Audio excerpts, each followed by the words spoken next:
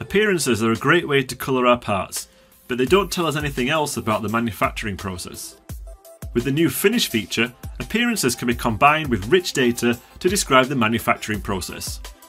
In the new Property panel, we can apply material coatings, heat treatments, surface texture, or just paint it.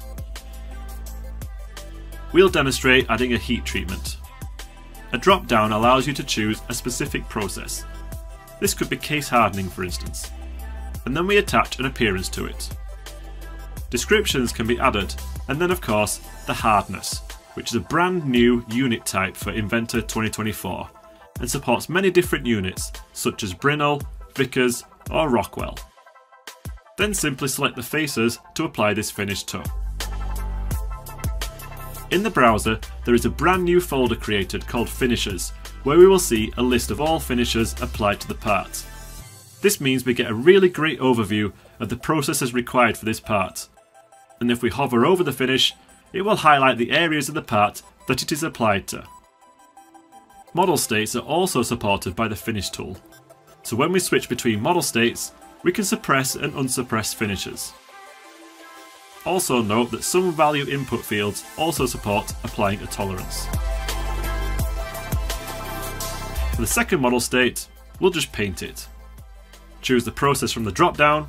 This could be powder coat, spray, roller, or any other method.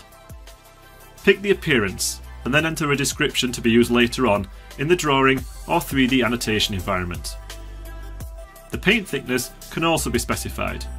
Choose the faces to paint, and that's the base coat for this plate. Using the same model state, we're now going to layer a second process on top of that. This is something we couldn't do before with standard appearances. Apply the final coat of paint and add some notes.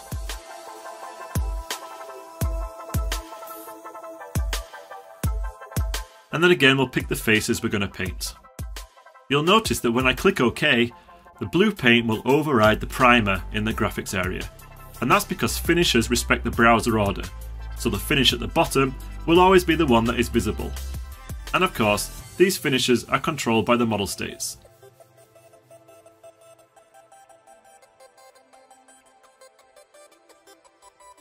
All values entered into the Finish command are accessible from the Parameters window, so we could use the values in here to calculate how much paint we need for an entire frame. And in the drawing environment, or model-based definition, we can retrieve the Finish information.